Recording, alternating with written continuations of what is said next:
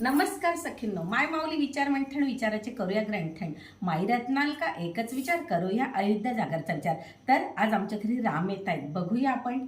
राम माझ्या गद्द